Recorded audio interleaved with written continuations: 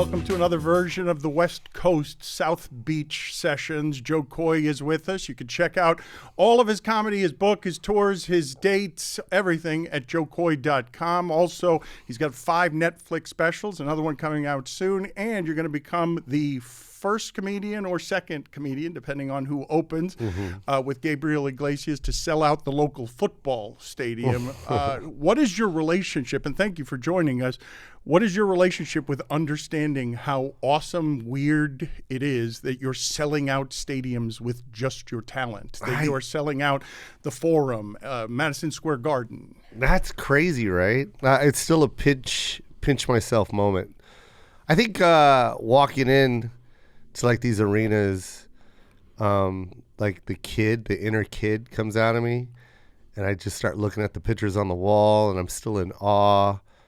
And it's still just like these butterflies in my stomach. I still haven't put a grasp on it. Still. It feels like success, though, right? You enjoy it as success. What is your relationship with success? I think, success is just being able to do what you want to do. And this is just one of those things where it's like, I can't grasp it. It's like if I go to a comedy club, that's a comedy club. That's where I'm supposed to be. I'm supposed to be anywhere, but I'm just saying, like, when you walk into an arena, you're just like, wow, this is nuts. So it's beyond anywhere where your dreams or expectations were. Where were your dreams? Like, you're starting out, and where was it? I started in Seattle, Tacoma, Washington. But when you're from Tacoma, you say I'm from Seattle. It just makes things easier, right? And then I saw Eddie Murphy, Delirious. I started listening to Richard Pryor tapes, and then I saw Eddie Murphy, Delirious. There's just something about that performance, especially my age and hearing what he was talking about. I just related to it more. I just enjoyed it more. I thought the guy was Superman. I think I was 11, and I was like, I'm going to be a comedian. I'm going to be him. I can't wait to get out of high school. Is it just the funny, or is it the prowling of the stage? Is it the confidence that he had? Yeah, he was 21 when he was doing that, and he was acting like he's been doing it for 40 years, like the confidence on stage and the look on his face, like his facials, his act outs, his just everything about him. I just thought, like, man, I want to be this guy. And then I went to see him live when I was 15. Like 4 years later, 5 years later, I'm in. It was called the Seattle Coliseum back then. It's called Climate Pledge Arena now. But back in the day, it was called the Seattle Coliseum, where the Sonics play. It was called Raw. That was the name of the tour. This is back in the day where you had to buy tickets on the phone. They didn't have a Ticketmaster.com. And you're too young to be at that show. Way too young. And I used my mom's credit card. This is when people on the phone had to have this incredible talent to know the voice would match the name of the card. They just trust you. It's like, what's your name again? Josephine. Oh, okay. This is you for sure. And then, and my name was Joseph. And I remember I bought the tickets. The kiosk for Ticketmaster was in this department store called Bon Marché. And I had to go there after school. I picked up my tickets at this kiosk, and I had tickets to see Raw. And my mom drove me to Seattle that night. Well, not that night, but, months later. Drove me to see Eddie Murphy live. I was in awe. I remember sitting there and just looking up at this Coliseum like, what? Everyone's here to see this guy? And you knew right before then that it's what you wanted to do? What was attracting you to Pryor and Eddie Murphy? These are outside. Did they seem like foreigners to you, given the way you were growing up? I think what it was I was so funny, and like I was a military kid, so I traveled a lot, and I always had to rely on my funny to meet new people. Like I remember I moved from the Philippines to Tacoma, and I remember my friends I had in the Philippines. I was so sad that day, but I remember telling myself, when I get to Tacoma, I'm going to be so funny. Like, I'm going to be so funny. Everyone's going to think I'm so funny. Everyone's going to want to be my friend. Like, I remember saying that to myself as a kid, and that's the 6th grade, like I remember at that point already I was funny. And then when I moved to Tacoma, our neighbors that were down the street, even they were like, oh my God, you're so funny. And you should be a comedian. I didn't know what a comedian was. And they were like, have you ever heard of Pryor? And they took their dad's Pryor tapes. And that's how I got the Pryor tapes. And I would listen to them in my room. Didn't know what stand-up was until that day. And that's when I kind of like fell in love with the art form of being a comedian. And then, of course, that's Eddie Murphy. Eddie Murphy, here's another thing that I loved about Eddie. Like I was already struggling with identity, right? Like I'm half white, half Filipino. I'm just trying to figure out who I am.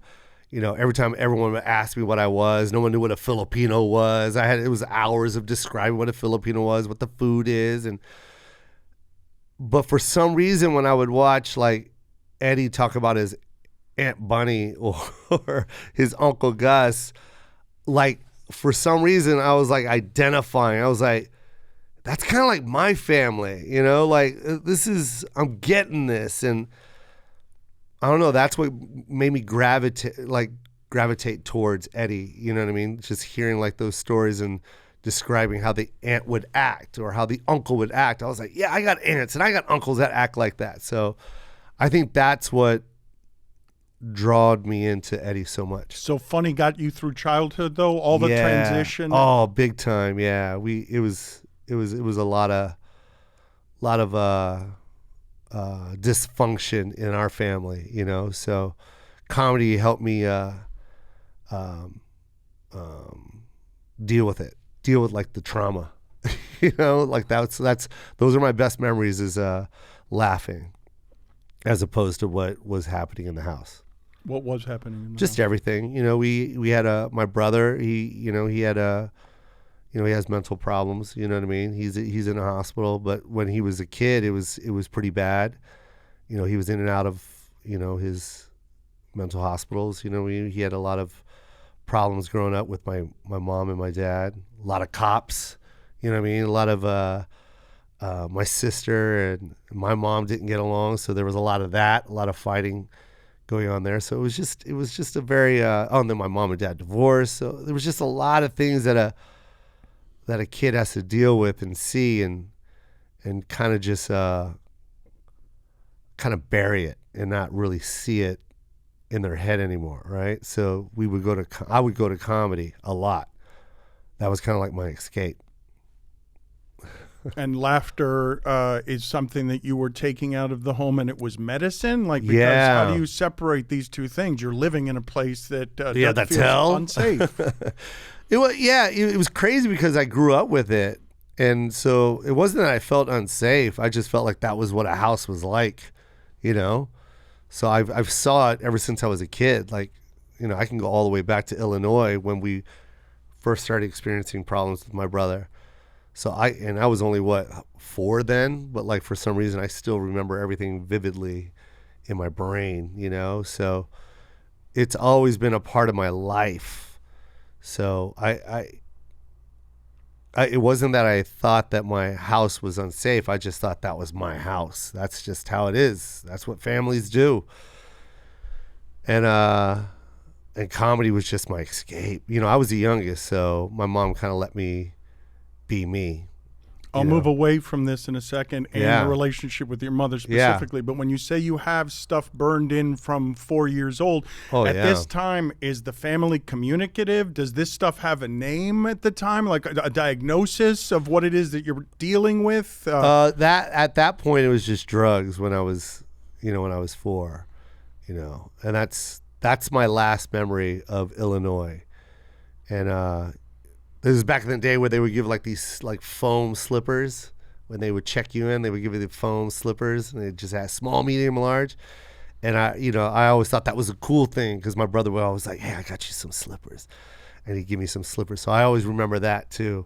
So yeah, it's just, I don't know how to explain it. That was just my life.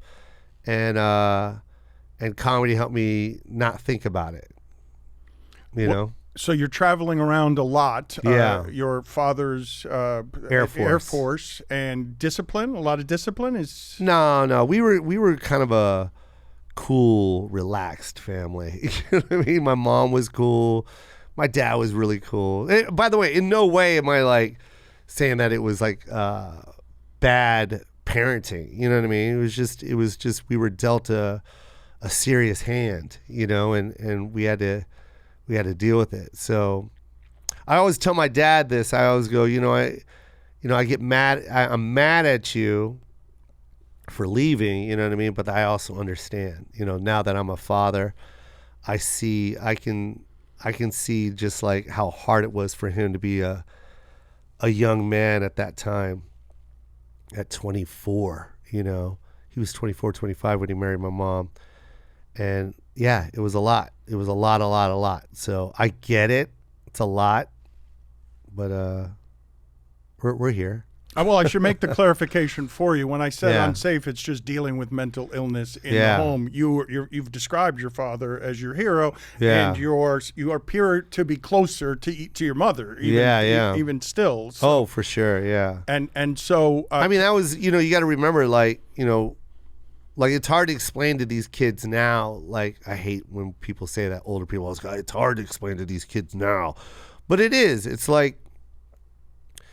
Now like you can move anywhere you want in this world, and you can literally go to Facebook and just type in, I'm a young, half white, half blah blah blah. I would love to meet other people. Where can I go? And computer will tell you where people are, where you can go get your kind of food at, and you know what I mean. It can help you build your community, right? Whereas my mom, you're talking about an immigrant that came into this country in the 60s, where the racial climate was really hard and tense. And on top of that, here she is trying to find, people that look like her, talk like her. I need friends that I used to have when I was a kid. And I do this joke on stage where my mom would literally go to church and just look around and just try and find people that look like her and walk up to them at the end of church, you know what I mean? And talk Filipino, like as funny as that is as a joke, but I saw my mom do it. You felt like outsiders, right? We always felt, and I felt even more outside because I was half, you know what I mean? And here I am walking around with my Filipino mom, and, I got all these different looking features, but it's like, this is my mom. So it's like, it's tough to be in that situation where she's just trying to find herself, and then I'm also trying to find us. Where are we? So that's why I always gravitated to an Eddie Murphy talking about his aunt, because I felt like, okay, that character's in my family. She's not black, but that obviously we can relate on that level. You know what I mean? Like, and that black family has a funny, crazy aunt. I have a funny, crazy aunt too. So that was my way of identifying. Was there anything that gave you the confidence during this time as an outsider, more than being able to make people laugh? Was there anything more? No, laughter was everything. Dance, what I mean? It was always entertainment for us. My mom used to, I go right back to the church again, but that's where she found a lot of Filipinos, you know what I mean? A lot of Filipinos, and they all became friends. They're friends to this day, And my mom's best friend to this day is where she met at the church. And what they would do is every Sunday, connected to the church was this thing called Knights of Columbus Hall. So it was like this hall that was you could rent it out, you could throw parties, and they would rent it out. And, there were no Filipino restaurants in town, so they would all bring potluck. You know what I mean? So we'd have all this different Filipino food, cuisines on the table, and then they would make the kids perform. You know what I mean? Then they would play mahjong. It was this whole night of being Filipino. You know what I mean? And I loved it. And it was so cool because you're like, oh, here we are. And it was kind of like our thing not every Sunday, but it'd be Sunday of us just being us and feeling, seen, you know what I mean? And then meeting these other families, and my mom would always make me dance, make my sister sing. And yeah, that was kind of like my introduction into performing. So what was going on with Mom that she was putting you in talent shows? Is it because you wanted to be in talent shows? Well, she saw that I was a b-boy when I was a kid, and I'd always dance in the living room. And she's like, "Oh yeah, do that. Let's do that at the Knights of Columbus. And she'd make me dance and make my sister sing because my sister always loved to sing. And that was it. That was kind of like our intro to performance because my sister became a singer. She went to Vegas and she became like a lounge act. She was singing every single day. Like that was. It's also it also helps you in your romantic partnerships, right? Yeah. You gravitate toward you gravitate toward people who like arts. Who Yeah, like I don't understand people that don't like entertainment. You know what I mean? Like I'm in love with all of it, and so it's kind of hard to date someone that's not into what I do. Like I gotta. Especially laughter, man. Laughter is so important to me. Like I can't understand. I don't understand how people just don't like to laugh. I'm friends with John Lovitz, and I used to open for John, and we were eating at this restaurant on Melrose, and he just looked at me. He goes, "You know what I don't understand?" I go, "What?" He goes, "I don't see how people don't see things funny. Like if someone falls, it's funny. If someone dies, it's funny. I immediately go to the funny. Don't you?" And I was like, "Yeah." He goes, "I know, we're not weird. They're weird." And he's right. Like when he said that, I was like, "Yeah, man." Like I guess it's like our coping device, I guess. I don't know, but like when if some bad trauma, like if I see something on the news, I immediately think of the funny. I don't go to like I'll do it, but like in my head I'm like, "Oh, I got this one." And would you call it a coping mechanism? I don't know, or I like to say a blessing as well, because I don't want to sit in that spot. I don't want to be in that mindset, like I'd rather think of the funny. And I even think like someone that is hurt or injured would also like to think of the funny. Because like when I got hurt, like I literally just got into an accident. I have like this electric motorcycle. I don't even like to say motorcycle because it's an electric motorcycle. So I don't even say it's a motorcycle. But it's a step beyond scooter. It's a little bit faster than a Vespa. You know what I mean? But you don't want to say that either. But I don't want to say that either, even though I have 4 of them.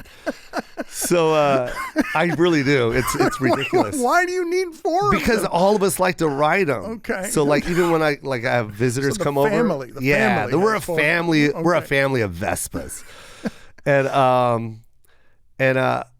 But even the minute I crashed, like my whole arm is scraped up right now. My hip is killing me.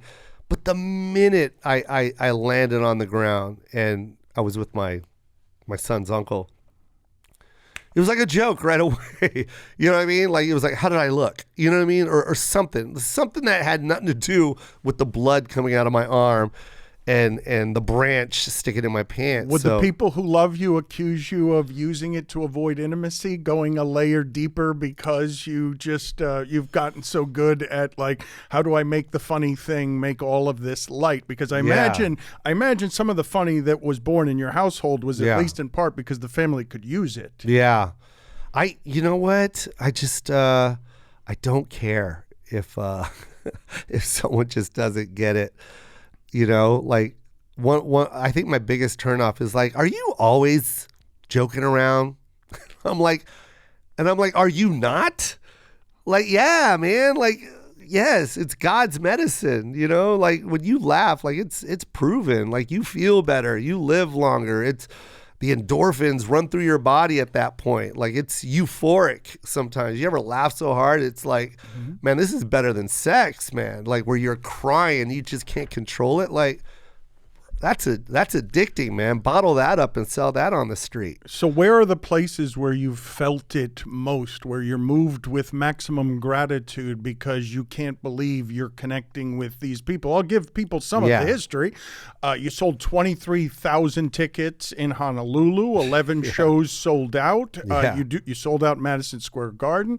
You sold out what I will forever call the Forum and just the Forum. Like which are the ones? 6 forums. 6, excuse me. Let's go. Forgive me. I'm sorry. Yes, 6 times. Yeah. So, what are the ones you look at and you can be moved to tears by gratitude at the idea that the journey has ended up here, and you never? Because when I was asking you the dreaming question, I was asking you what your dreams look like, not when you're listening to Eddie Murphy, but what you thought success would look like, and if you'd exceeded it. Yeah, I think the big moment that made me really emotional is sitting in the same seat that I sat in when I watched Eddie Murphy at the Coliseum, which is now Climate Pledge.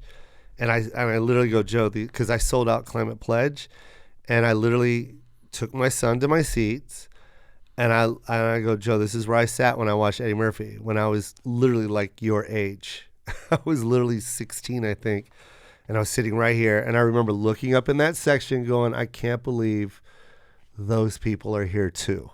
Like that's crazy that they're way up there and they're going to watch this as well. And it was just, that was that moment where I was like, wow, I was 16 looking up at that, at the roof, and here I am looking up at the roof, and it's my show now. So that was cool. And being able to share it with your son. With my son, as well, who would understand or would try to understand, but how could he possibly understand? You've made an easier life for him. I think he understands now, but when I was coming up, when he was a kid, that was the hard, like telling someone you're a comedian to this day is like, man, it's like saying you're, I don't even know, like you're from Middle Earth. It's literally the equivalent. The minute you go, I'm a comedian, it's, it always starts off with a little chuckle. Well, how's that going? It's like they, you know what I mean? It's like, it's very well, man. I'll buy your house cash if you want. Like, what that's aggressive. Yeah, but it's just, it's almost like you're laughing at my career choice. It's like, really? Like, but it's always like that. And I get it, but you know, but it's been my whole career since I started in 1989. I've been telling people I've been a comedian since that day, and it's always been like, oh, all right, well, okay, where do you do this at? It's like, ugh.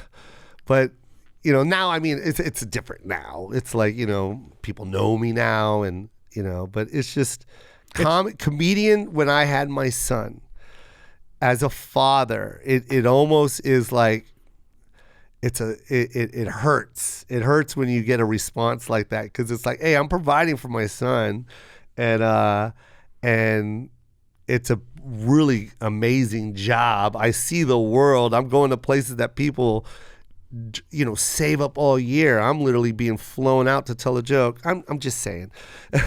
And I'm just saying. And then, but on top of that, I also have a son that doesn't know what the hell I'm doing. You know, like here he is on career day, you know, and he doesn't want dad to come because he doesn't know what that is. You know, he's got, you know, we'll go to Target and we got, you know, customers walking up and, you know, saying punchlines to my son, and my son's like, what? Like, what is that? Like, what is that, Dad? Like, I remember clearly, like, he doesn't know what I do. I like, you know, and it hurt, you know, and then he got to this, you know, when he graduated, when he got out of high school, you know, I was just like, hey, why don't you come on the road with me? I'll pay you. You know, Dad needs help with the merch. And he started doing it, and then that's when he saw it. That's when he was like, oh, my dad grinds. So how old is he at this point?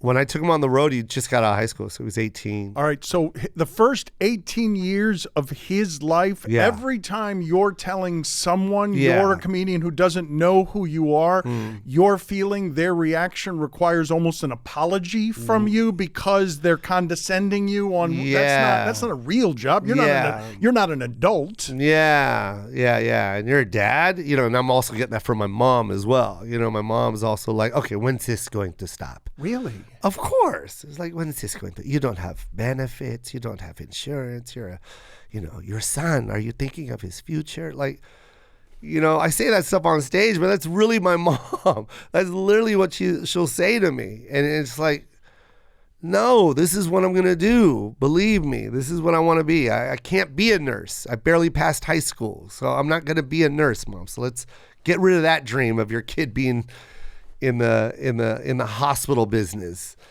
And now I'm in the business of sending my nieces and nephews to nursing school. I just want you to know that. Big shout out to Jamie. She graduates August 23rd. I just want everyone to know. You've made it in a career. This comedian has paid for a lot of tuitions. Is that why you did the documentary Nurse Unseen? Is it because it was close to home somewhere? Nurse Unseen. Well, one, Michelle is an amazing director, Filipino director that, she self-funds a lot of her own stuff, but she puts out things that, that talk about our community and our culture. And I just saw a woman that, put her blood and her sweat and her tears into a very meaningful project that represents not only our people, but, like I have people in my family that are nurses. I have a lot of nurses in my family. So when that project came on my table, I was like, I got to help. You know what I mean? I got the money. Like, let me help her. And so, yeah, I had to be a part of that because it's us. It's who we are. And if more people see it, more people will be more aware. And, it's nothing worse than not being seen, man. Like you ever go to work and just be like, hey, how are you? It feels good when someone says that to you. You know what I mean? What'd you do this weekend? Like, imagine like growing up in a country where your job is to save lives, help people when they're sick, take care of them, make sure they get their medicine on time. And then you go home and you turn on the TV and you watch a TV show about a hospital and you don't see any of your people being represented on TV. From General Hospital to St. Elmo's Fire to whatever it is, ER, like whatever it was when I was growing up. I remember just going, where's the Filipinos? Like, where are they? Because I know I got 40 of them in my family, so I just want to know why they're not here. So that, to me, is like another reason why I was so, like, of course I'm going to support this. You know what I mean? Like, I got to get behind this, so. And it's a great story, by the way. There's also a story that's told. So if you could watch it, it'd be great if you could watch it. But that's another reason why I did it. I'm Cuban, and I identify with some of what it is that you're talking about, although there was Cuban representation on television. I don't identify, though, with your mother not supporting what you were doing, even though with immigrants and exiles, often you have to choose the safer paths of law and go do something serious. Go be an architect. Go be a doctor. Well, my mother supported it. My father wanted me to be an engineer. It's the safer route to go. Yeah. But my mother supported that I wanted to do writing and the arts, and so I was allowed to do something. I got enough support at home. I'm surprised to hear you say, as close as you are to your mother and as much success as you've had, that she's like, when you going to move it along and do something serious with your life, son? Yeah. Well, I think that's a cultural thing, right? Like, I think just in our culture alone, I think our generation was a little bit tougher and school was more, that was their way out of the situation that they're in, right? So it's like school, nursing, get out and help the family when you get out. No, Mom, I'm going to drop out and do jokes. Yeah, ain't no one's going to do a joke. I didn't give birth to you to be a clown. You know what I mean? So go to college and help. And, in her brain, that was, you go to college, you're going to have a safe, secure job, and financially you'll be, okay, and you'll be able to help the family. So that there's nothing wrong with her way of thinking. I get it. But it takes someone like me to be like, no, I can't like not do this dream.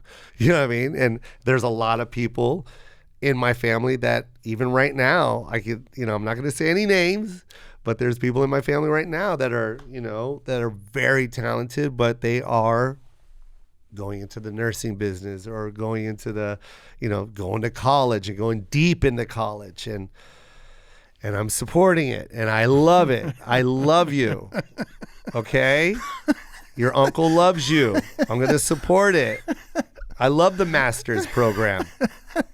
Let's do it. I thought it would stop after the first degree, but you want the master's, so get the master's. Does it come with a belt? Does it come with something? You are providing for everybody because the funny makes for good business. Yeah. But you didn't imagine sold out shows all over the world, did you? Not like this. Not to this degree. I don't know, man. I was driven. I remember when I did the Tampa Improv, and this is kind of like my third year as like a touring improv comic. This is when I started touring heavily. And I was at the Tampa Improv, and it was a Thursday night, and the manager was handing out 2-for-1s. And this is crazy. Like, I tell all my comic friends this. But I literally looked at him. I go, don't hand those out. And he goes, why? And he goes, we should fill the room. And I go, yeah, but we're going to fill them up with 2-for-1s, which means there'll always be 2-for-1s. Like, I'd rather just win them with my funny. And if they come back next year, they'll bring another person with them. And then that's how we'll build. But it'll be a slow build. But if we do 2-for-1s, then I'm always going to be the Thursday night 2-for-1 comic. He goes, are you sure? And I go, don't do it all weekend. Don't do 2-for-1s anymore. Just let me go up and do it myself. If they come back, they'll bring people. And I literally, that Thursday night, I think I had I'm not even making this up, probably 15 people paid. You know what I mean? And I remember the Friday show was maybe 40 people. But I didn't care. I was like, we're not gonna 2-for-1 it.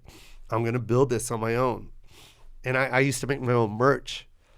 And on Sunday, if I had leftover merch and I didn't sell it, I would give it to everybody. Because it's like, what good is it going home with me? Like, let's leave it in this town. Let's leave my merch in this town, in Tampa. Let's leave it here. Whoever these people are like me. So if they wear it, they're going to talk about me. They're going to be, so I would make sure I didn't go home with any merch. So did I see this happening? I don't know if I did, not to this extent, but do I think that there was potential of it happening by what I was doing? Yes. I knew I could build like this massive fan base if I just did it this way and not the other way. The 2-for-1s would not sell out an arena. So take me to 2016, 2017, where you're making the decision to pour all 27 years of your savings into, I'm going to make my own special then. If people aren't going to believe in me the way that I believe in me, I'm just going to do it all myself. Big shout out to my manager, Joe, because don't get me wrong, I was extremely... Let me tell you why I was a little hurt. There's some. So 2017, I decide to shoot my special myself with my own money, and I had to because I had no other option. Netflix turned me down. And by the way, I love you, Netflix. And they don't like hearing this story, but it's a part of my life. But Netflix has been nothing but good to me. They've been great to me. But and good to comedy as well. Yeah, they've been great to comedy. And not only that, it's also a business decision. Like, why are you going to get offended when this big, giant corporation doesn't want to buy whatever product that you're selling? There's nothing wrong with that.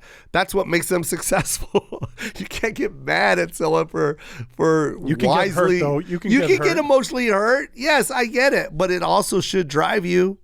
You know what I mean? Like, you to think that you're, just... I'm entitled to this. It's like, okay, yeah, you can say that all you want, but you don't own the company.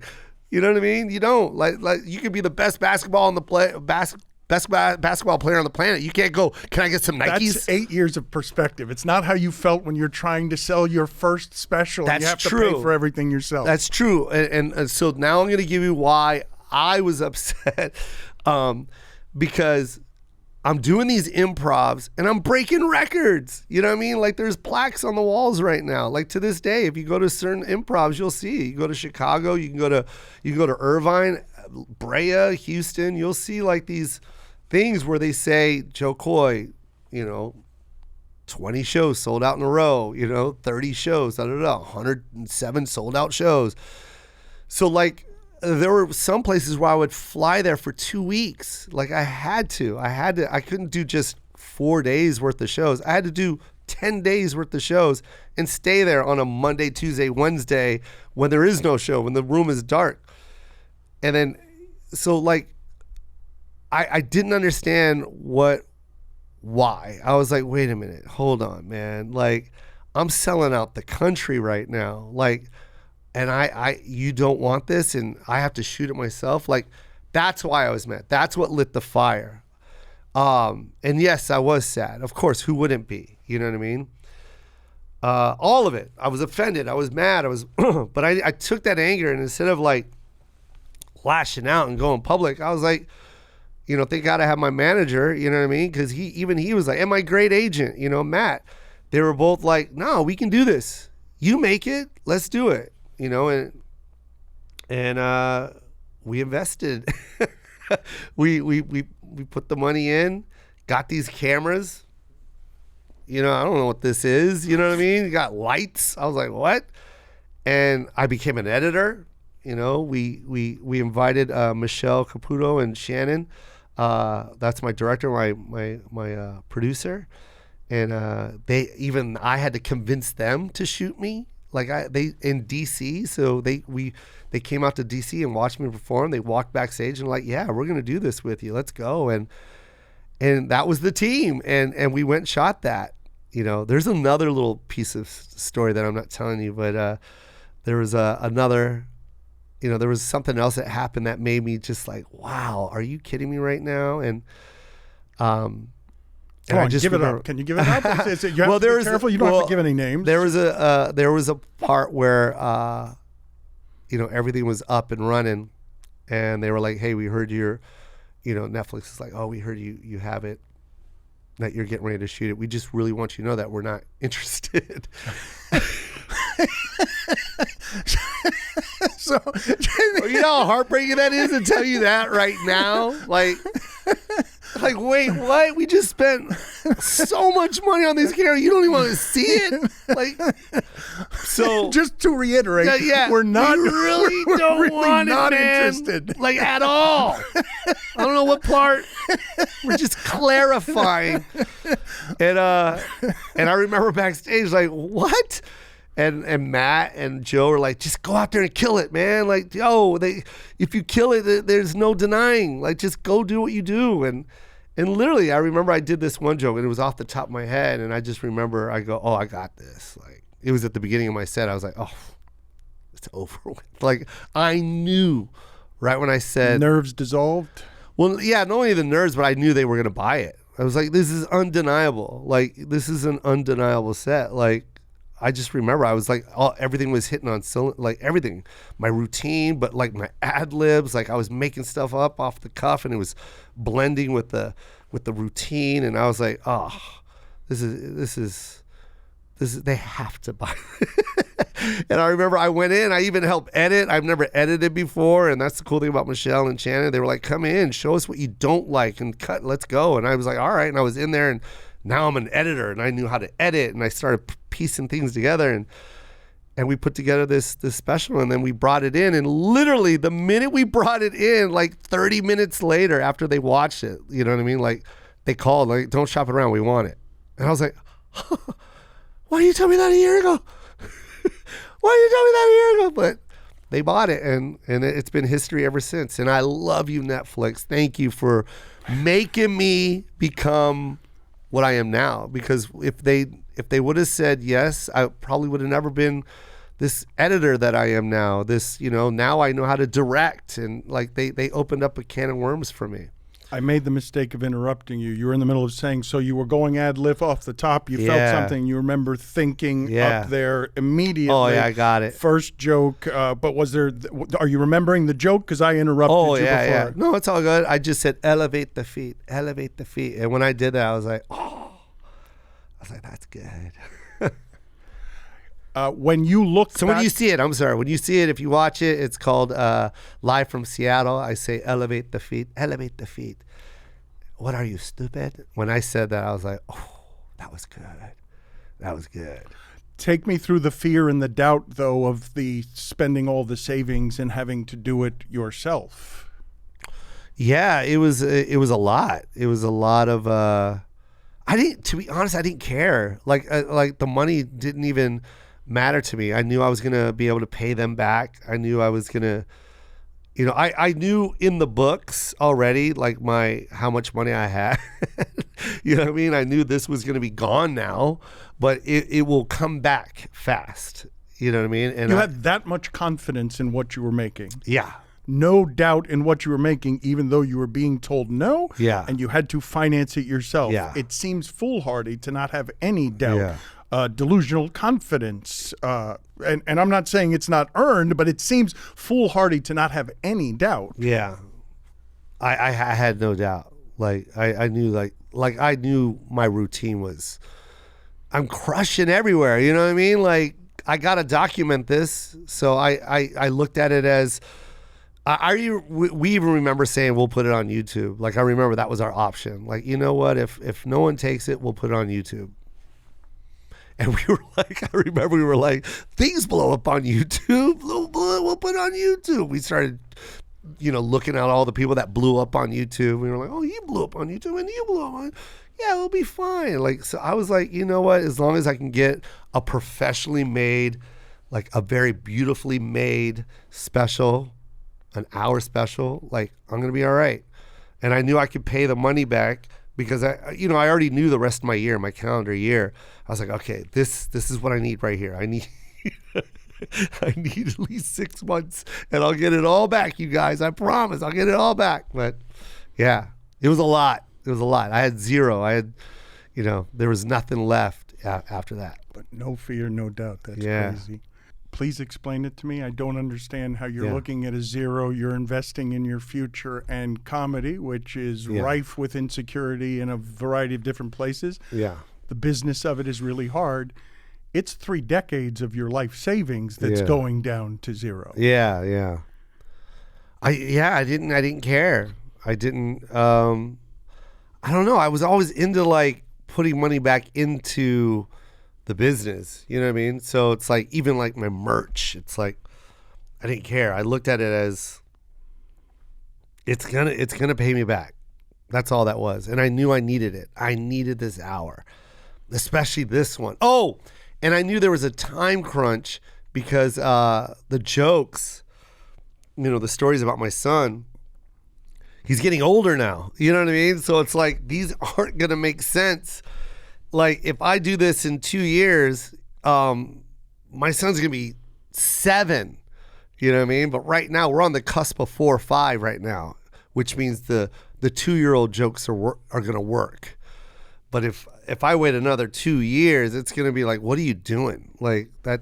But you're just telling me that you're so resolute in the conviction of knowing that the universe has ordained this is what I'm supposed to be doing. Yeah. There are no other choices for me. Laughter's what I've got to chase. You understand why I'm a little befuddled by the amount of conviction you have before others have told you. I know you got the sold out places, but you need the corporate support, or could feel like comedy to that point has always needed corporate support because it doesn't come with health benefits. Yeah, I knew how important Netflix was at that point because this is when Comedy Central was still on the air, kind of like the stand-up capital. You know what I mean? Like they were... stand-up comics wanted to have a Comedy Central special. But Netflix was just coming up, like 2015, 2016. They started doing this thing where they were licensing. I'm only saying this because I investigated. But they were licensing stand-up. They didn't have their own. They didn't own it. You know what I mean? They weren't in the area of producing stand-up specials. They were licensing at that point. And I noticed that they licensed mine from Comedy Central. And Comedy Central didn't have like a streaming platform yet, I don't think. I'm talking nonsense right now. I don't know the logistics, but let's just say they didn't have the platform that Netflix had. I found that when you talk nonsense with a jazz hand in there, it's distracting. Yeah. It's magic. It's magic, man. Logistics. So They got my special and they put it on Netflix, right?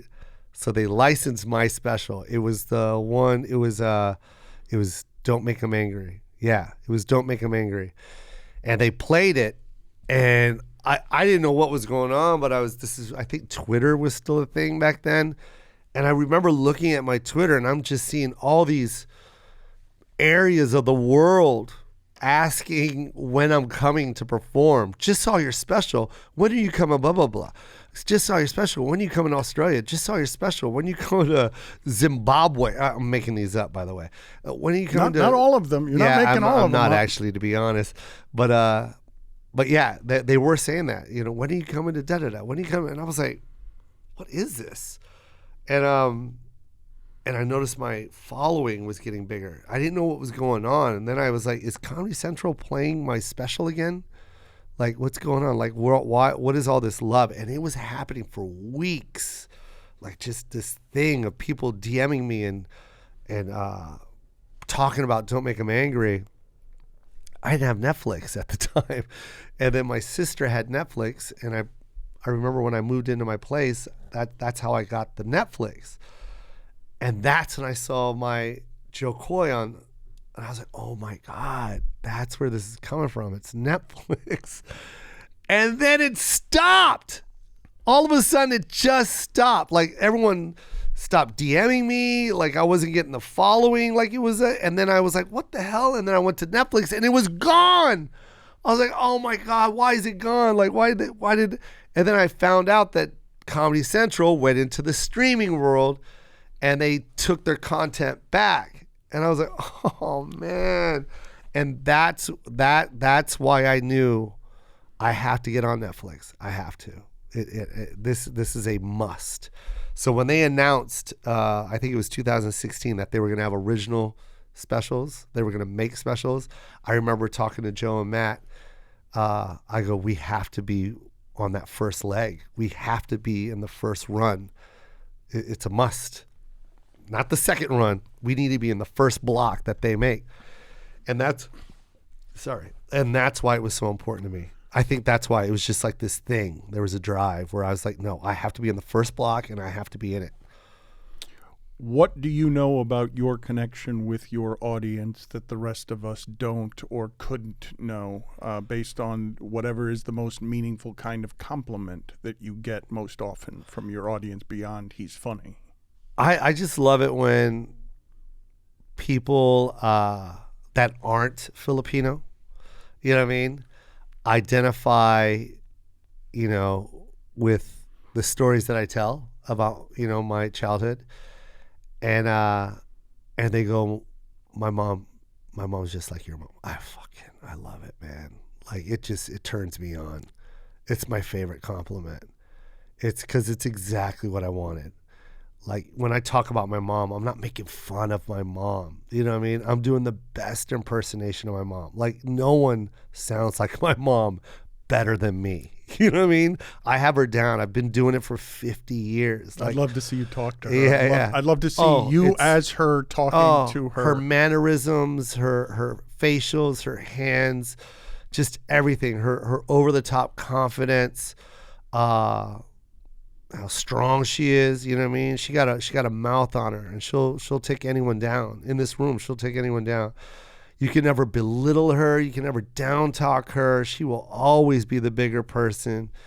I got all that. And when I tell those stories, they're all real stories. Yeah, they're embellished. That's what comedy is. But like talking about my sister's, you know, and her getting into a fight and her kicking my sister out of the house, that's not a funny topic. That's something I really had to witness and watch. And you know, I had to talk about it, you know. So, you know, talking about her disciplining me, her making me lunch, like all those are real stories. Her getting into a fight with a shoe salesman, like those are all real things.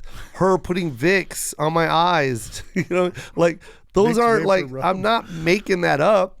That's really what happened, and I'm doing the best version of what happened. And to hear like someone that's other, you know what I mean, like a black woman coming up to me, or a Puerto Rican man coming up to me, or like this white kid walking up to me with a video game controller going, my mom plays video games the same way your mom plays video games.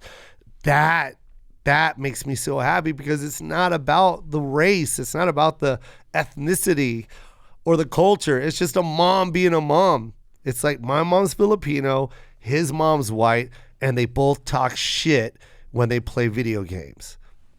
That's it. That's what the world's all about. And that was all met through laughter. That's it. There's no difference.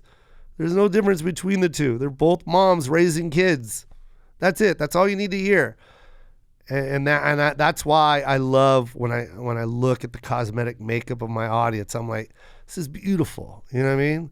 Here I am at the Forum, and I see every color of the rainbow. Just 6 times sold out, not once. Times, 6 times sold out. Times. I am surprised to hear a couple of things in what it is that you said. I would think that you understand that the greatest compliment you're getting is the origin story of where your love of comedy began. Yeah. Where a black man's family is what introduced you to, wait a minute, my family's like that. Mm-hmm. But I'm also surprised that the Filipino connection doesn't resonate for you first there, just because I would think you would take great pride from tattoos on being able to be representation for your people in a way that's hugely fulfilling. Beyond, like, laughter is one thing, but in terms of legacy and whatnot, to be representation for your people is also pretty special. Oh, I love it. I think, that's my biggest joy is, I'm vicariously living out my mom's, how am I trying to say this? Her going to people and asking them Filipino is like, I'm now doing that for her. You know what I mean? Like, she don't have to ask anymore. You know what I mean? Like they're coming out of the woodwork now, Mom. You know what I mean? Like, you're seeing a lot of us now. And, it had to get that Netflix special out there to be able to do this. But yeah, I love being able to say, I'm Filipino, and now I got people like this generation going, yeah, that's us right there. That's us. And instead of my mom going, are you us? You know what I mean? Like, that's the difference. She lived in a time where she couldn't turn on the TV and see someone like me doing the jokes that I'm doing. And now she is. And not only is she, but there's a lot of people. I read some quotes from you that said for 14 years you didn't discuss either your mother or very much about Filipino. Why is that, about being Filipino? Because, you got to look at the generations, right? Like, you always see like a comic go, oh, well, it was a different time back then. Well, it was a different time back then. You know what I mean? And so, I came up during a time when, the Friday and Saturday night show at the comedy club was labeled the white night. That was called White Room. That was the white night. That's when, that's when the white people come out. That's when the white, you know what I mean? Oh, the comics are going to be white. You know what I mean? And that's not even, I'm not even making that shit up. You can ask any comic. You wanted a ethnic night, you had to do an off night when they turned the lights off. You know what I mean? Oh, Tuesday night when there's no business here. Yeah, we have a black night there. It's called Fat Tuesday, spelled with a PH. You know what I mean? Mm-hmm. You know what I mean? That's at the Comedy Store. And and we were knocking it down. By the way, that's why my name's on the door. Like, I was doing Fat Tuesdays, you know what I mean, at the store. Or Chocolate Sundays. It wasn't that long ago. Yeah, it wasn't that long ago. And people think, well, and now you got to remember, I started in '89, so it was even harder to get in. Look at the, so that's just how it was to get into comedy. But just imagine what I saw on TV as a kid, you know what I mean? And what I had to sit and laugh at as a kid, because my representation with my cartoons, like, I still have some where the old Looney Tunes cartoons, you'll see a little Asian guy holding 2 buckets of water on his thing with his teeth bucked out. And, glasses and just walking. And then here I am watching it with, my friends that aren't Asian, and they're laughing. And of course I'm like, yeah, I guess we're laughing at that. And, subliminally I'm being programmed to think that's how I'm supposed to be represented. You know what I mean? You take on all those things, and then, now I'm trying to get into these rooms where it's like, oh, you're Asian? Sorry. Well, then what makes you laugh? Oh, I know what makes you laugh, because you programmed me to know what makes you laugh when I was a kid. Right. So let me do those, right? Is it my fault? No. You can go back with any ethnicity. How are you programmed? You know what I mean? Look how Latinos were represented. I'm not mad at it, but it was like, that was the only opportunity they had to get on TV. You know what I mean? They had to do it. Mm-hmm. You know what I mean? You think they, it's just that's why when you first go in, it's like, look, I'm just happy to be in this club. You know what I mean? Even though Thursday night is Asian invasion night I'm not making this up, you guys. If you guys think I'm being racist, Asian invasion. I'm not the one. It was called Asian Invasions at the Laugh Factory, or was it the Improv? Either one, it didn't matter. But one of the institutions had an Asian invasion because Asian rhymed with invasion. And we were invading comedy. It was just like, what the? Yeah, man. So it's just like, those were our boundaries. Those were the doors that were in front of us that we had to knock down. So it's like, you're trying to tell me to get into this room and talk about my mom at this point. It's not going to work. You know what I mean? But I will slowly introduce Asian comedy. You know what I mean? I was doing it. I was doing the easy Asian comedy. You know what I mean? The stuff that I grew up watching. And then, and it all came down to the Wii. It was the Wii controller that set it off. I was a regular at the Laugh Factory, right? And when I was a regular at the Laugh Factory, I think it was about 13 years in at that point, because I started in 89 and I was a regular at like 2002. So I'm not good at math. So I think that's 13 years. Yeah. Uh-huh. So right around 13 years, I'm a regular at the Laugh Factory, 2002, 2003. And my story's all messed up. Whatever. Let's just say my son has a Wii at this point. So whatever year that is, 2005, I guess.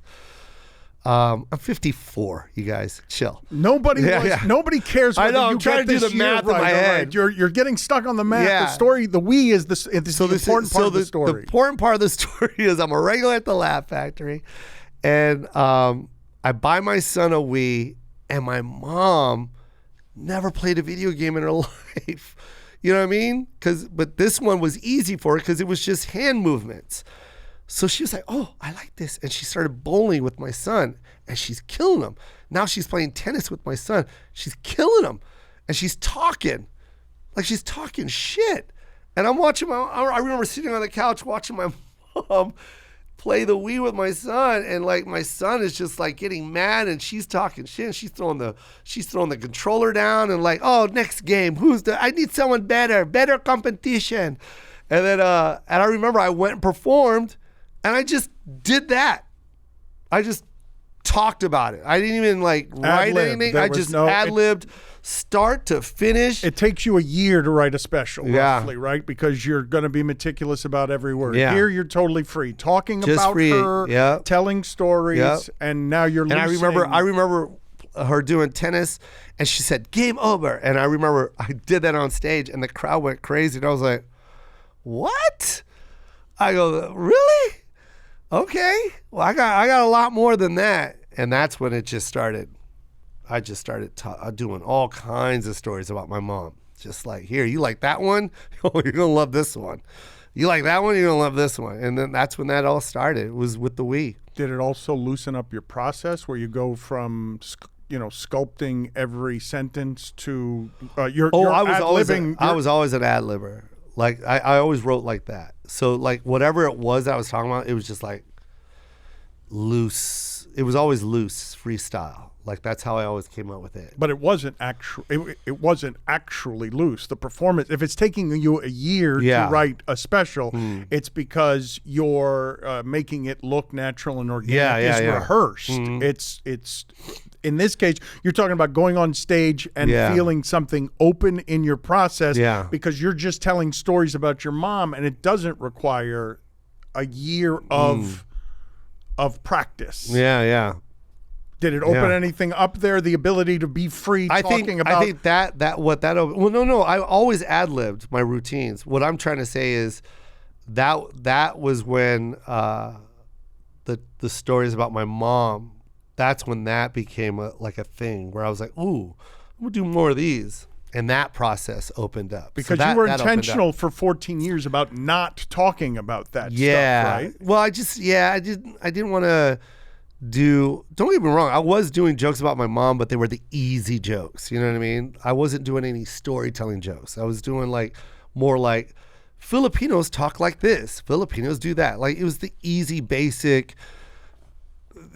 Anyone that is Filipino will do that joke. You know what I mean? Like they do it at home. Like the uncle introduced you to that joke. You know what I mean? But the stories were like, this is like, I would have never in a million years talked about my mom. Like I just wasn't there yet. I didn't know how to do that yet. Just like to this day, I'm still struggling on my brother. Like they always go, oh, you got a brother? And I'm like, my brother's the funniest one in the family. Like he is so damn funny. If I were to call my brother, he would literally knock out 2 jokes and then it'll be a hard talk after that. You know what I mean? It'll turn into like this thing where it's hard to talk to my brother. But his initial, like the minute he answers, it's like, oh, Joe, I got to tell you this. You're going to love this one. And then he'll do this thing and we both die laughing. But he's always been the funny one. He's funny. So he's been the funny one. He was always funny. He's just like quick-witted. He's like my mom, very quick. You know what I mean? And I am too. I'm very quick, but it's just my brother just has this quick wit, and you know, he was always cool. My brother was always cool. He always dressed fly, you know, and he was just that guy. And so I want to talk about that. I want to, but I don't know how. I'm trying to figure that out. It's very touchy for me. You know, I've done it a couple times where I get emotional on stage. I don't want to do that. You know what I mean? I still want to make sure people laugh, but also go, hey, we have someone like that too in our family. So it can't be both, huh? What an interesting connection point that might be in terms of vulnerabilities. But you don't want to get emotional during I don't mind getting emotional, but it's the kind of emotional that happens with like I talk about my stepdad all the time. I get emotional. I love it. You know, and I still knock it out of the park. You know, his stories are great too. You know, my stepdad is from West Virginia. So I do a joke on Coming in Hot where I go, you know, he's the most indirect racist. You know what I mean? He's indirectly racist. He'll compliment, you know, my mom and say like the most racist thing in the world. It's like, you know, I married your mom. I'm like, why? Because I love Chinese food. I'm like, she's Filipino. Whatever. Ras is ras. Like that is literally Sergeant Fred Harrison. He literally would say stuff like that. Like that's his joke, by the way. Rice is rice. He always said that. Oh, whatever, man. Ras is ras. But he's from the mountains of West Virginia. All his uncles died in the coal mine. Like, you can't explain his journey, man. Like, you can't tell him that that's wrong. Like, he obviously loves my mom. Like, he will kill anyone that came close to my mom. Like, that's the man I want next to my mom. You know what I mean? He loves sports. He's a Lakers fan. He's a Magic Johnson fan. Like, he just says Chinese food is why he loves my Filipino mom. Like, all right, I get it. You're the most loving racist I've ever met. And you're my stepdad, and I love you. So, but talking about him, like, you know, I'll get emotional. You know, he just passed, but I love it because, like, I love talking about him. But my brother's a different kind of emotion. You know what I mean? Because I know he's been dealt a tough hand, and it's. You know, I just want to be very careful when I talk about my brother because I love my brother. He's amazing. You know, he bought me my first pair of kung fu shoes. Like, I remember him taking me on the bus when I was like 11 years old, and we went downtown to Chinatown. He bought me kung fu shoes with his you know, his government money. You know what I mean? That he was getting from the government.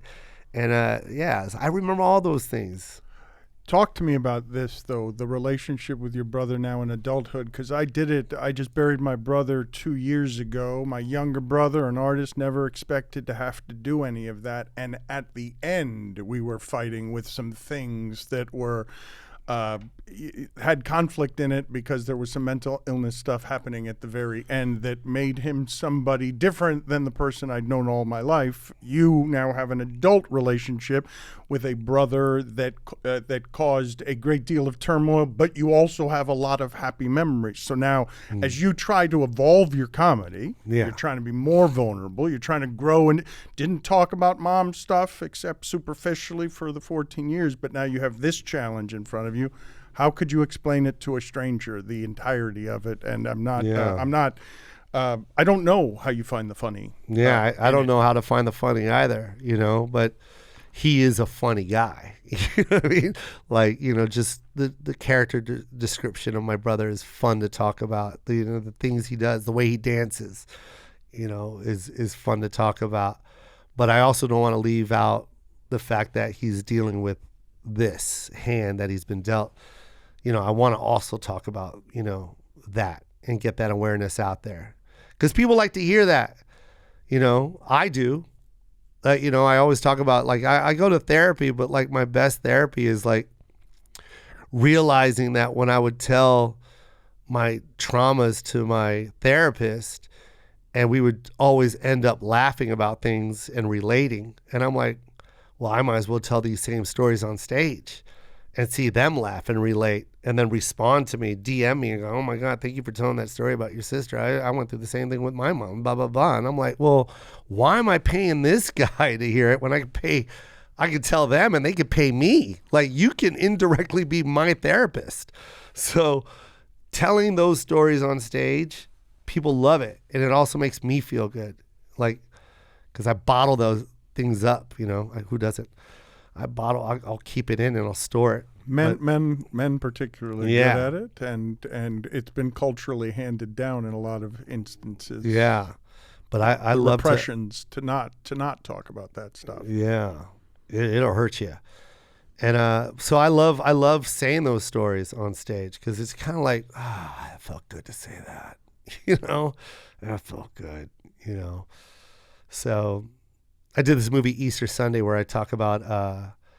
I told the writers, I was like, my mom and my aunt have not talked in like 35 years. They live 5 minutes. They literally live like 10 minutes away from each other, like 5 miles apart in Vegas. They don't talk. Just don't. It's been so long, they don't even know what they're fighting about. It's that bad.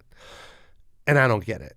And I was like, we got to write this in. We just got to show this stubbornness between these two sisters that just want to be mad, but don't know why they're mad. And they're just angry and they will fight, and it's going to fight till the end. And literally that's what the whole premise of that movie was it was loosely based on, my mom and my aunt just not talking. It just doesn't make sense to me, but it felt good for me to say it. It felt good to put that out there. Felt good to share it with your audience. Oh, yeah. Feels good to just put it out there. Like, yeah, look at that. Because I know there's people out there. There's people that come up to me and say the same thing. Oh, my God, my mom and my aunt don't talk. And it's like, you're not alone. Yeah. There's many years where I was alone. You know what I mean? There's a lot of years where the family was separated because of it, because I was too young to make a decision. Oh, don't go over there. Why? Because I'm not talking to her.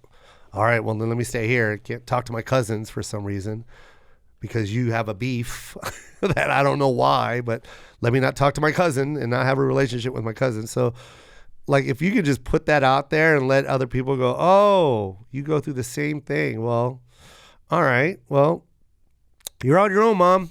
I'm going to go talk to my cousin because this is something that's normal, I guess, and this isn't a personal beef between our families. It looks like this is a cultural thing or something. Like, there's other people that go through this. So I'm not going to deal with your BS. This is just two adults being stupid. Well, you don't do a lot of politics in your comedy, No. but your mom is political. She's a radio personality in Las Vegas. How do you navigate all of that? She does what she has. She's her own person. You know what I mean? Like, let her speak her own voice, say whatever she wants to say. I don't do it because, you look at comedy the same way you look at music, right? You're not going to go to Ozzy and go, when's your next rap album coming out? Doesn't make sense because he's a metal god, you know what I mean? And he's not a rap artist. It's the same thing with comedy. Comedy is all based on like your own genre. It's what genre are you in? Are you a political comic? Because we have them. They're all out there. You know who they are. You got your storytellers. You got your puppeteers. You got your physical guys. You got your clowns. You got every single style of. You got your impersonators that they literally go up for an hour and a half and just impersonate. So it's the same thing. We're not under one umbrella. I mean, we are comedians, but we're also there's different styles. There's rap, country, rock. There's impersonators. There's puppets. There's political. There's storytellers. There's everything. So it's a different genre. It's like I always enjoyed watching storytellers. I always tell people my favorite comics were Eddie Murphy, Richard Pryor, Louis Anderson, Dennis Wolfberg, Brian Regan, just anyone that would tell a story about their childhood and act it out for me. I couldn't stop watching it. Dennis Wolfberg was one of my all-time favorites. Like he would always talk about being a teacher or whatever. Like I loved it. Like I just identified with that so much. If you want his book, if you want tickets, if you want dates, joekoy.com is where you go.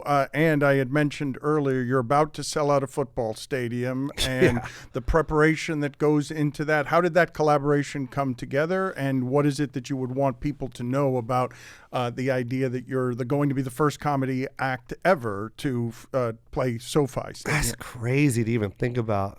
The first like 10 days, I guess. I think we sold 30,000 tickets in 10 days. It was maddening.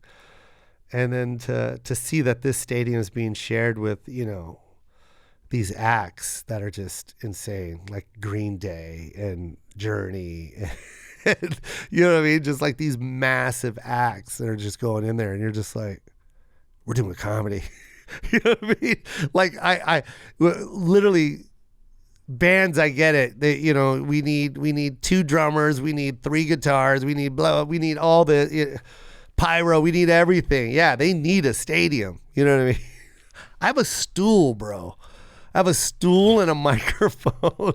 So I have to build this thing. We have to build this elaborate stage, this massive stage, and I can't wait, man. Is it all exciting? Is it 100% exciting, or is there some daunting in it? Is there? No. It's all positive. It's all, a win no matter what. I can't wait. The minute I walk out, it's a win. Like it's a win. What a great attitude.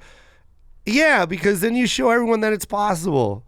I said this on AOL one time. I forgot. You remember AOL? I think they had this thing where they were doing these interviews. It was in New York, but I remember he goes, "What's next?" I go, "Kevin Hart showed everyone that you could do a stadium." Like he showed me, you know what I mean? Like here's a guy that I was bowling with, we would do the Comedy Store, and then we would go to Mel's and eat at 2 a.m. You know what I mean? And then we go to Jerry's and bowl. Mm-hmm. Like this is my cat. This is my peer. This is my dude next to me. You know what I mean? And boom, he's in a stadium. I'm gonna be in a stadium. He showed me. You know what I mean? We came from ground zero together, and now look, like it's possible. So, when you doubt, then you might as well not do it if you're gonna doubt it. But you should always just walk in and be like, yeah, I can walk through this. I can do this. And then if you fall, you fall. You just get right back up. You're fine. joekoy.com is where you go. Thank you, sir. Appreciate you sharing so much with us here. Thank you, man. That was fun.